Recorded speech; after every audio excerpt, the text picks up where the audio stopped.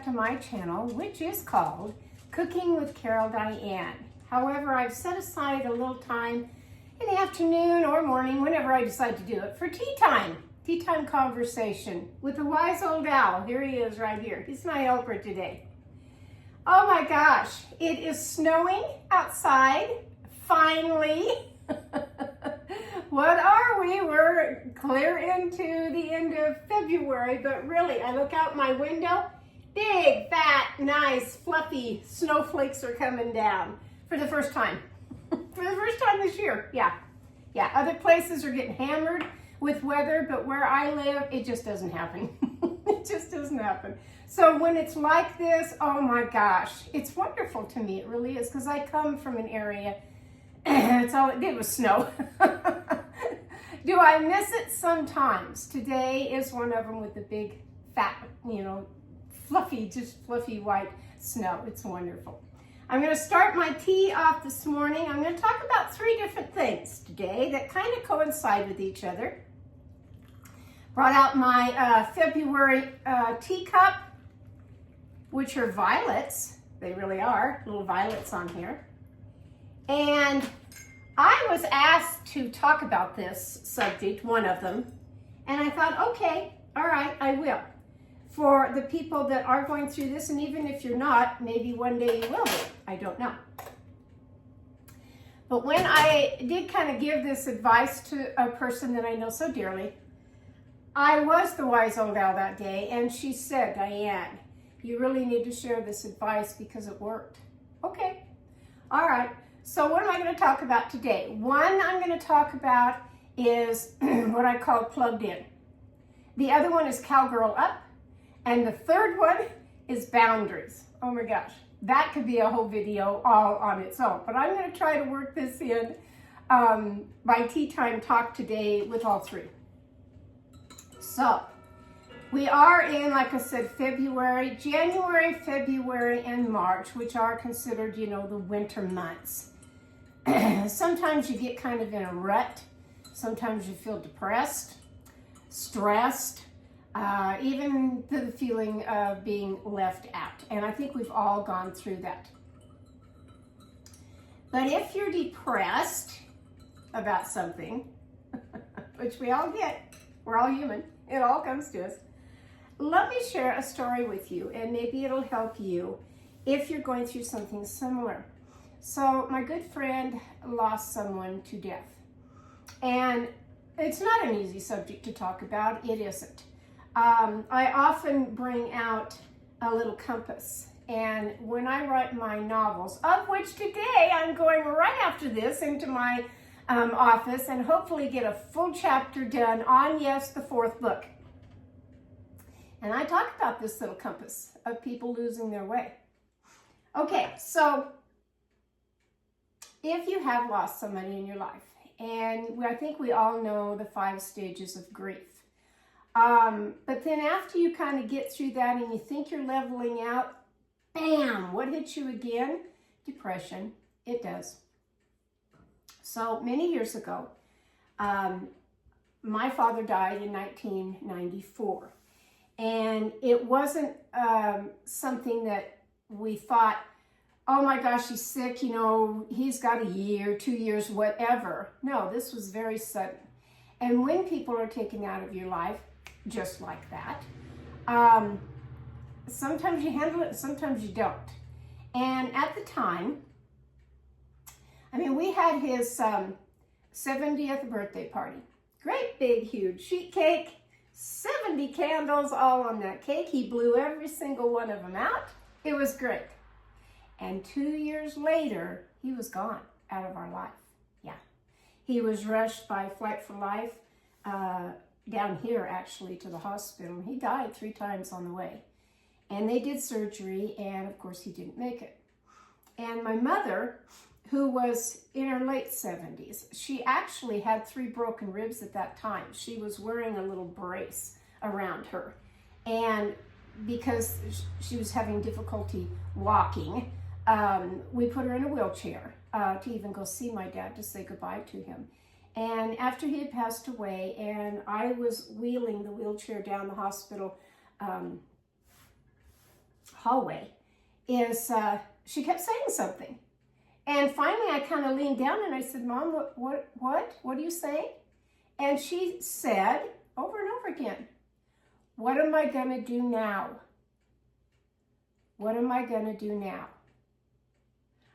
And I couldn't think of anything to say to her other than, Mom, you're going to become strong. Now, these two people, my mom and dad, I mean, they were like Velcro together. Dad did everything. He drove the car, he paid the bills, he made the decisions in the family. Mom was very reserved and relied on him for everything.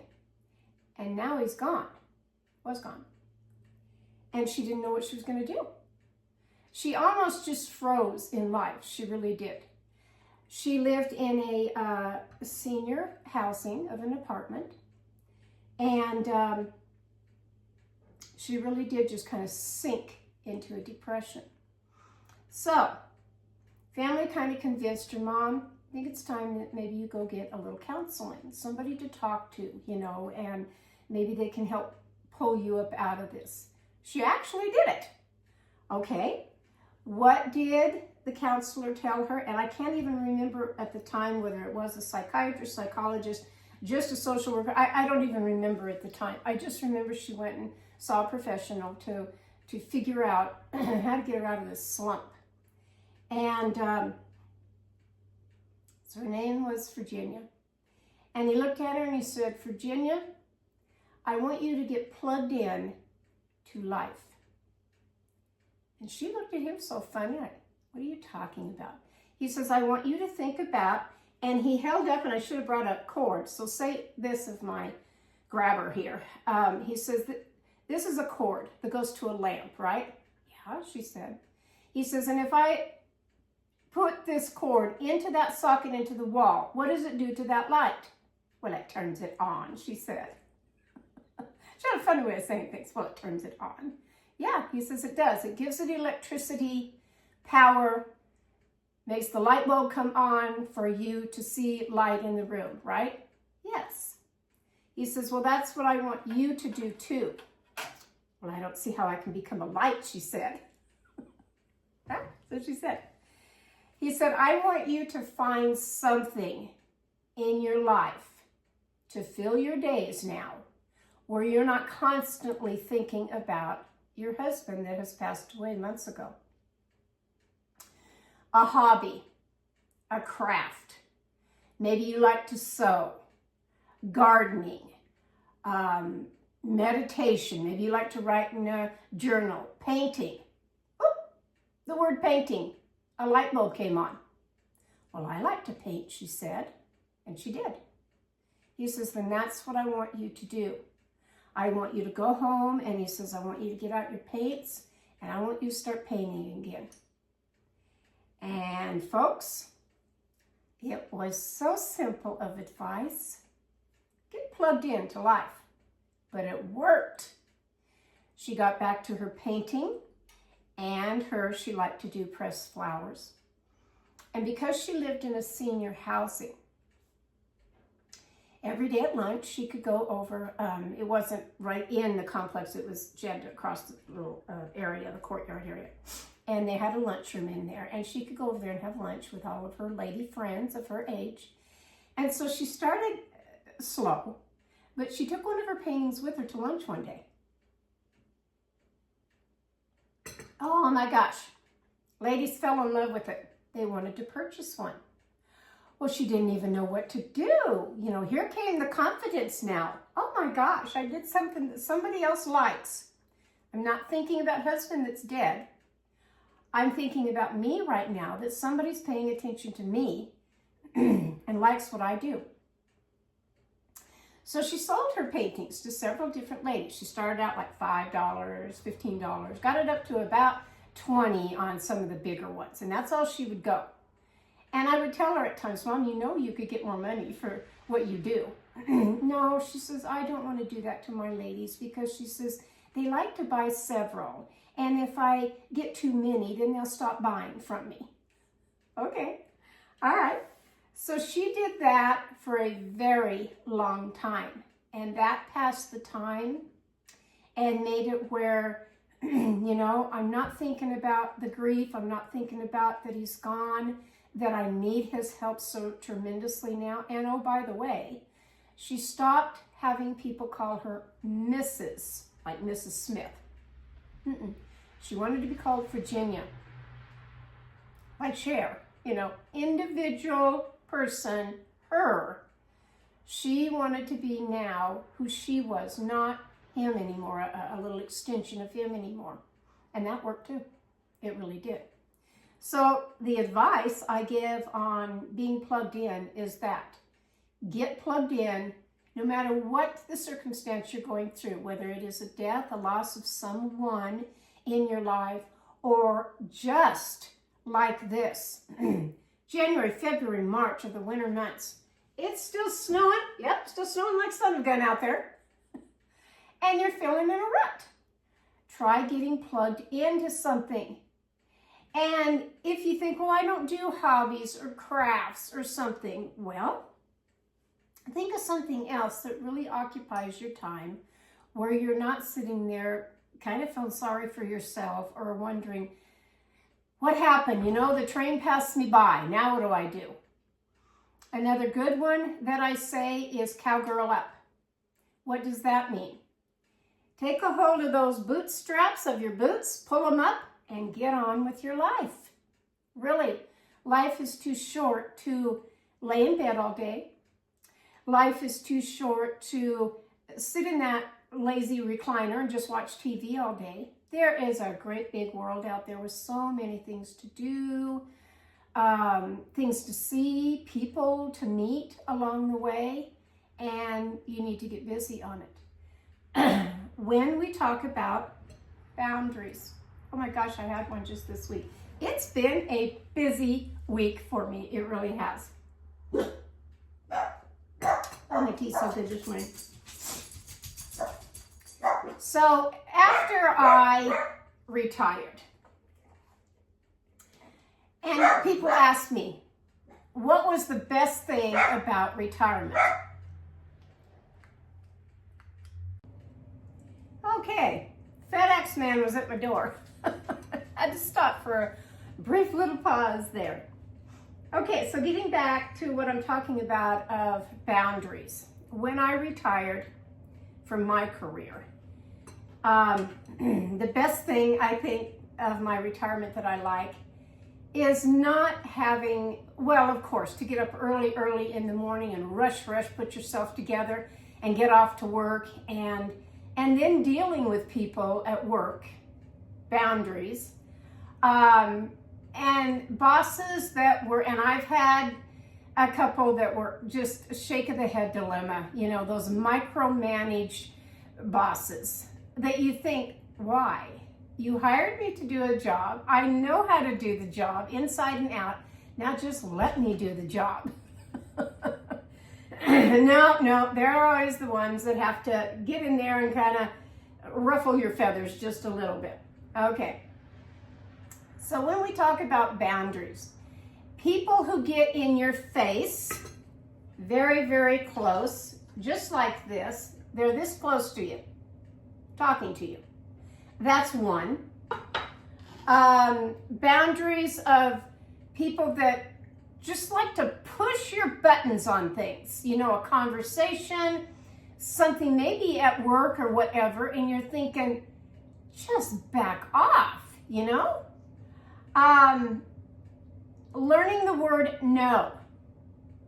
No, I don't want you right in my face. No, you know, this situation's not going to go your way. Boundaries.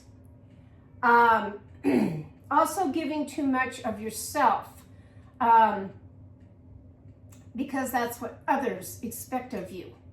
You really need to pull up the bootstraps again, cowgirl up, and say to yourself, I can only do what I can do, you know?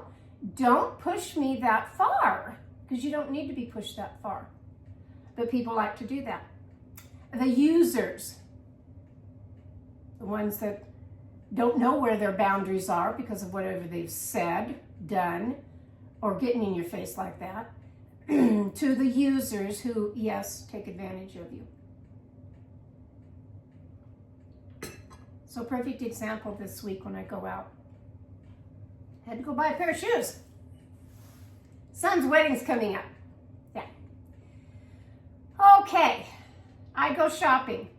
Yeah, that's an experience at my age. I used to love to go shopping. I really did. I wore high heels to work every day. Professional woman. I start in the store. Well, first I wanted to look at some dresses, yes. But the lady that showed me some dresses, way older than me, and I mean a lot older than me. Okay, I'm thinking, well, she's working there. She must know her inventory, but she didn't. And when I wasn't kind of getting that satisfied, I decided to go over to the shoe department. I had one of my dear friends with me that goes out to lunch with me because I wanted a second set of eyes of what to get. Not that I don't have good taste. It's always good to have a second opinion. Okay. We go over to the shoe department. Yeah. I show the woman behind the counter the shoe that I'm really after that I found on their website. Oh no, we don't have that shoe. Okay. And I say to her very politely, very nicely, do you have anything similar to this? Oh, I don't know. Just look around. Help yourself and just look around. And I'm looking at my friend and she's looking at me and we're thinking, okay, that started off real well, didn't it? That she wasn't going to go the extra mile, in other words, in any way to get out behind that counter and help me find the shoe that I needed for the day. My good friend does. She found 2 different pairs. I try them on like you do. I walk around the store, all of that, okay? Then I go back and think, well, okay, I've got the shoes. Let's find a little nice handbag to go with the nice shoes. We go over to the purse section. I know I'm not alone on this one. Now we meet a woman our age.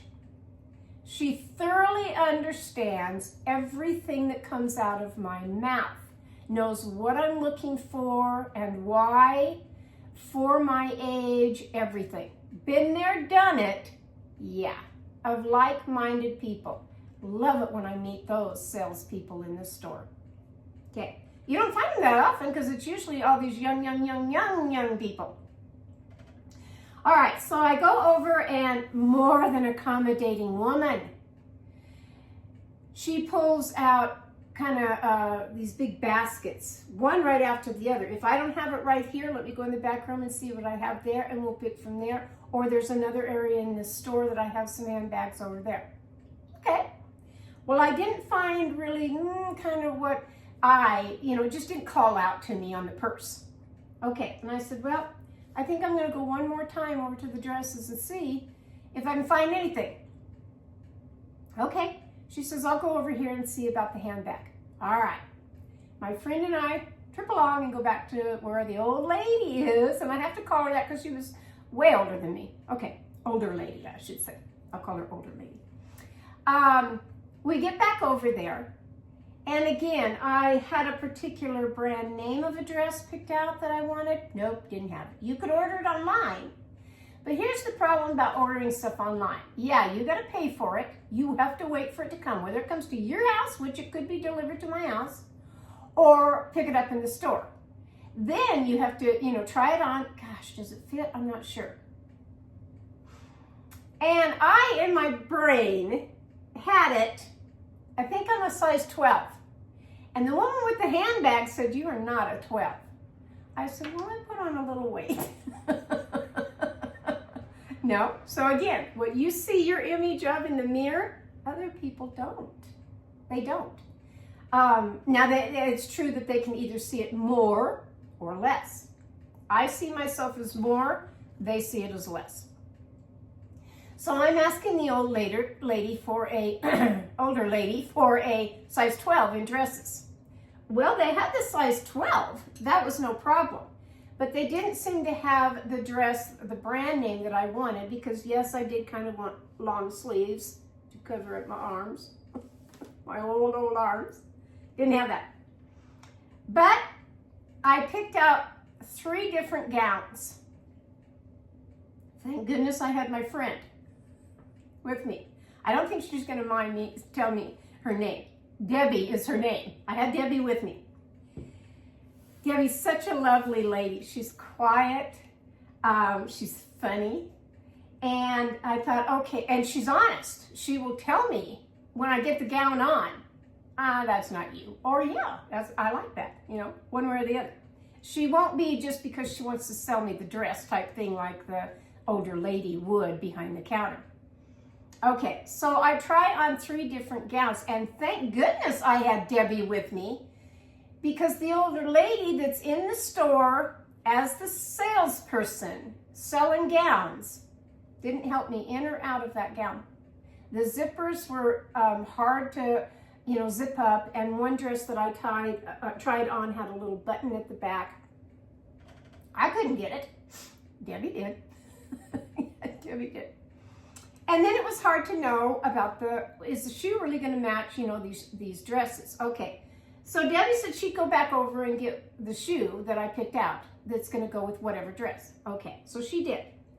While she's doing that is when the older lady of the sales lady, she just kept disappearing on me. And I thought, you're the only one here. The store is very quiet this morning. Nobody's hardly in here.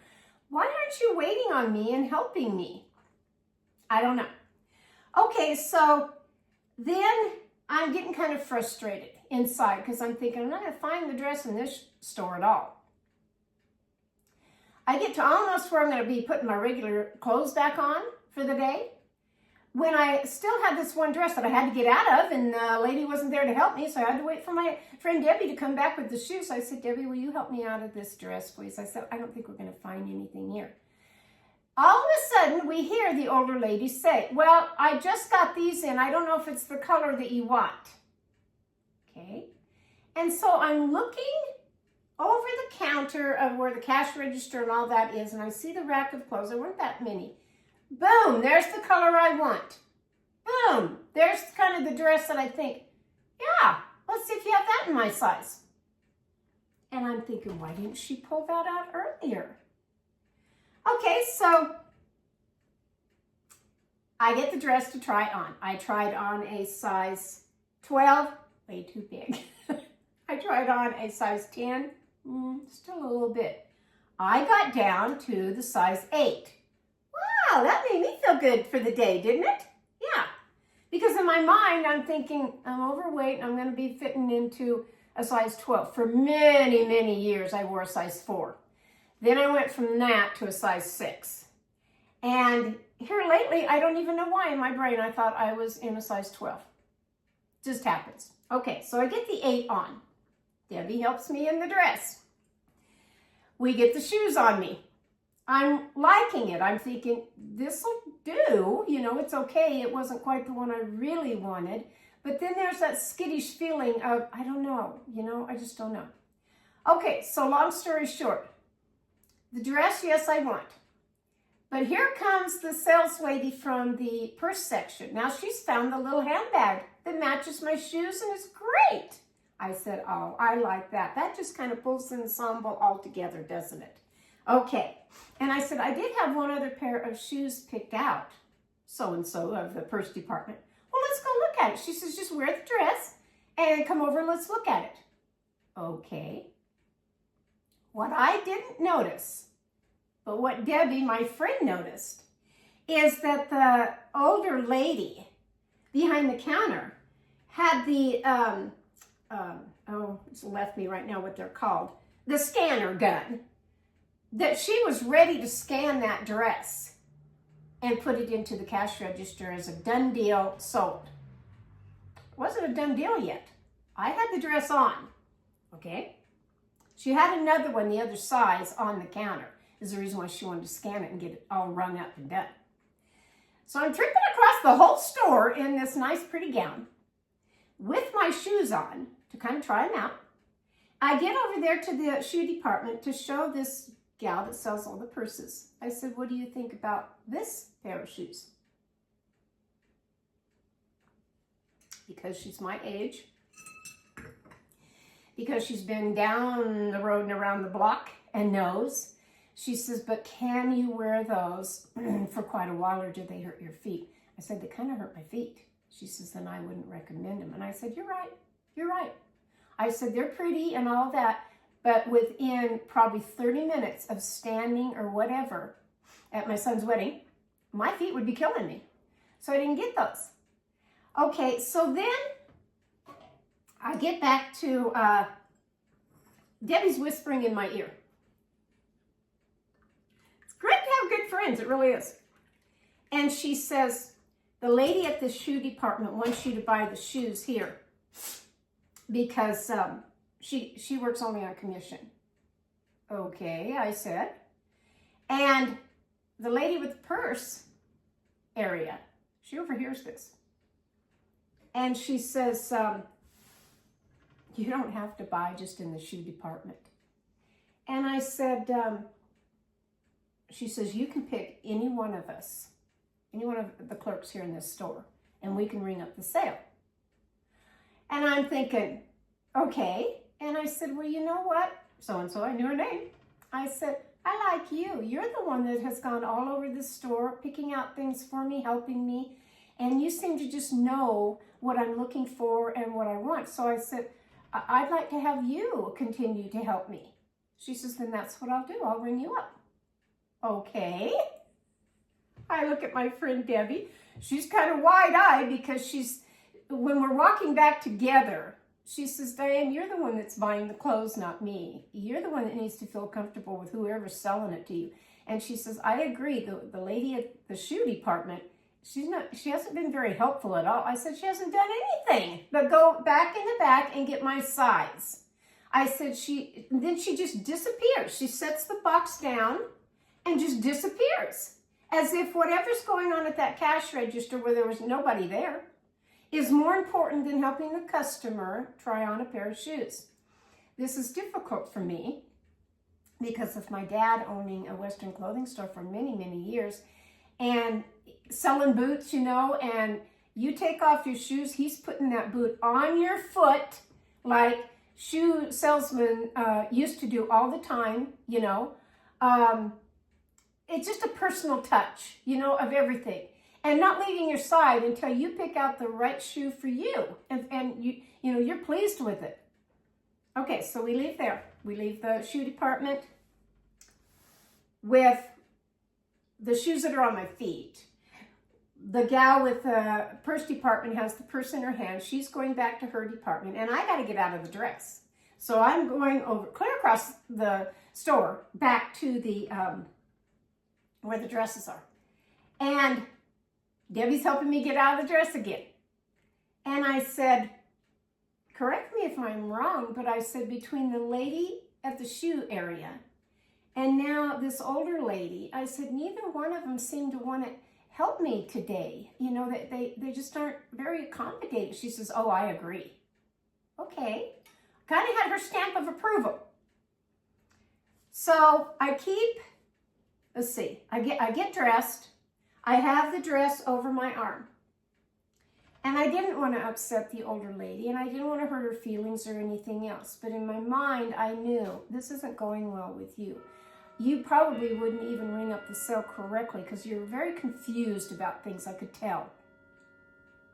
Okay, so I pick up the shoe box with my shoes that I am going to purchase. I have the dress over my arm. I said, I've got to go and look at that purse again. We leave the lady in the dress aisle, and we go clear back over there to where the purses are. And I said, well, I guess I'm done. I have everything. Oh, except that other pair of shoes that I am going to buy.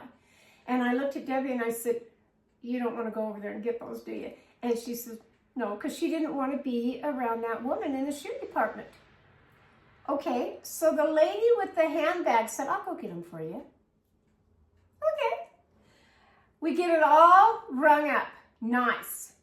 Here comes this other woman that I think was the store manager. I don't know. And I'm thinking, oh, I hope we don't get everybody in trouble. But the lady with the purses kept saying, you know, I'm here to please the customer.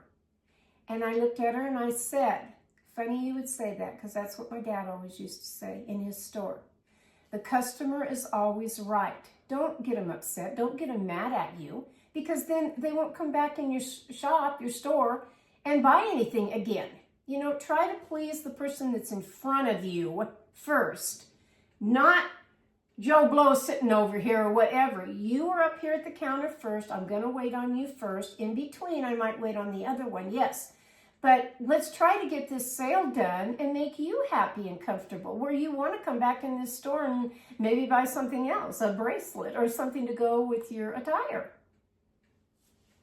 So while this other lady's standing there, and she says, I'm just here to see if you need any help, but just gut instinct, I thought, I think you're a store manager, and you're coming over to make sure everything's okay. Yes, but this gal in the purse department said she'd worked there for many, many years. She knows her stuff. She does. So, okay, what did Diane do? I had to set my boundaries of saying, this gal has taken care of me throughout everything. She's wonderful. If you could give her a raise, do that, because she's worked here the longest. She knows what she's doing, and I'm comfortable now with my purchases, all because of her. Not because of the lady who just fly by night didn't seem to want to help me in the shoe department, but she wanted that commission money. Not with the older lady that was terribly confused and didn't seem to even know her inventory, didn't even know that the dresses were on that rack. I was comfortable with this lady. So we get the dress, it's all packaged nice, and we get my shoes and all that. Debbie and I are headed out of the store. Who comes up almost running from the shoe department? Was the shoe department lady. Boundaries. She gets very close to me. Ma'am, do you still want to buy those shoes?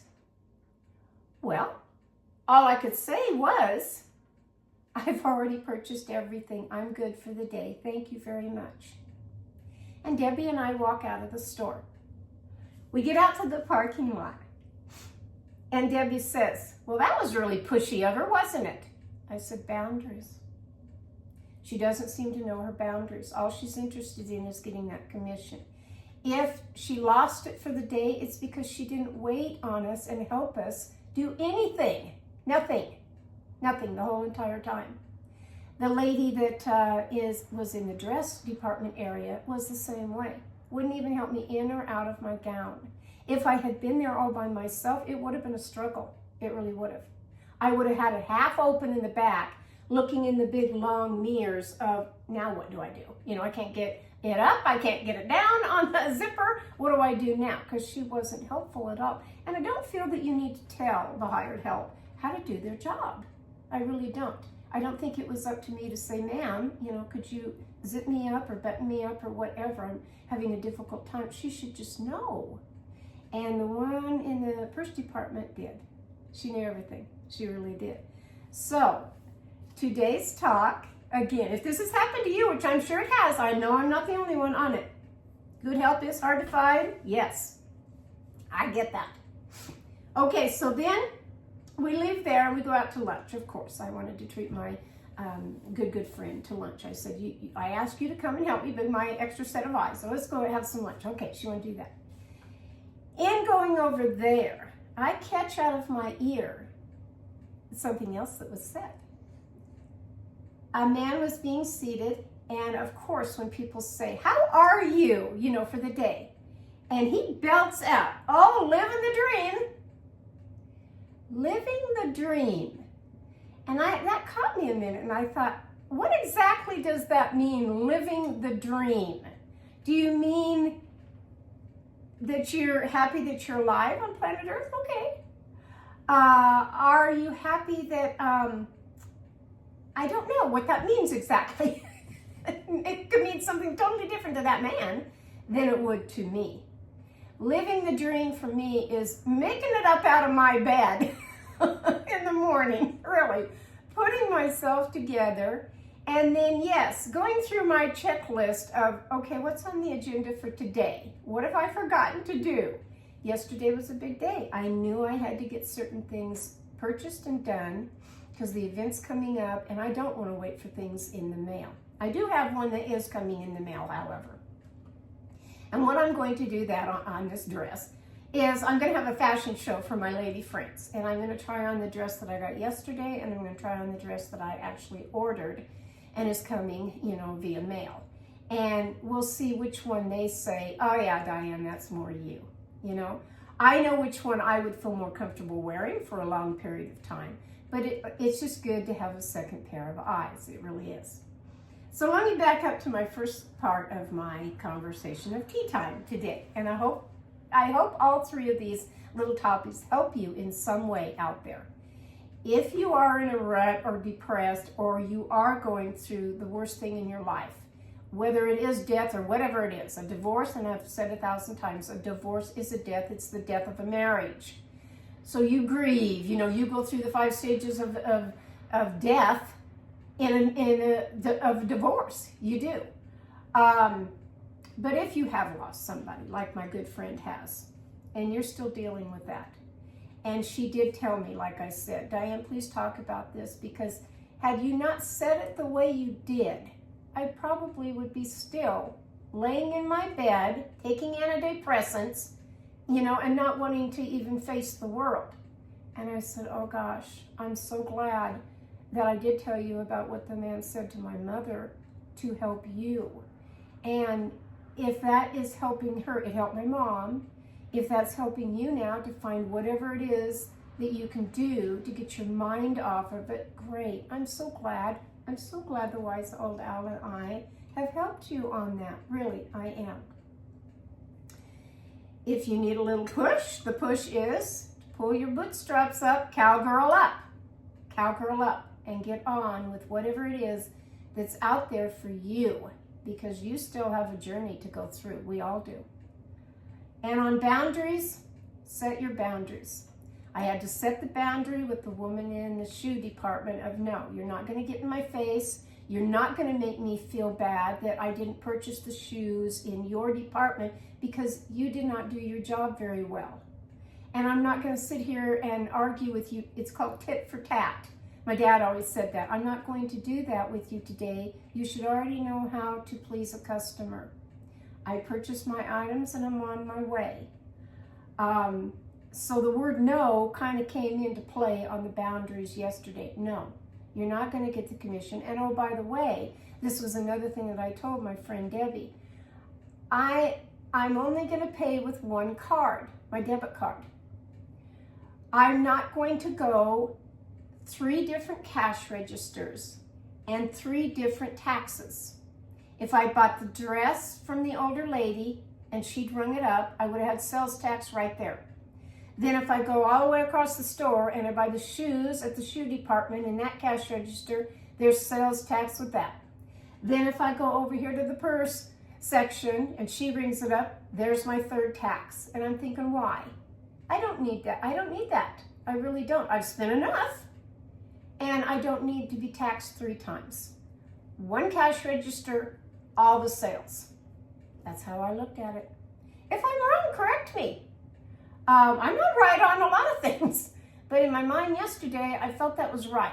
I really did. I thought, no, these people have to learn to do their jobs. And it's very hard for me because, like I said, my dad owned his own store for many years. And, he was a little perfectionist, yes, and picky about things. But you know what? It worked out because the guy came and bought a cowboy shirt, or he came back to buy not 1 pair of jeans, but 3. You got to please the customer. So you do have to set your boundaries even on yourself. Don't get in people's faces. And if you're out there and somebody says, how are you for the day? And you want to say, oh, living the dream. Okay, say living the dream. Put a big smile on your face and get on with your day. Get on with your life, because you still have so much to do. I hope my conversation has helped a few for tea time conversation, talking with me, Carol Diane. I'm Diane, And I'll catch you next time on Cooking with Diane. This is from my kitchen, my little corner over here, to yours. Have a grand afternoon. I'll catch you later. Bye-bye.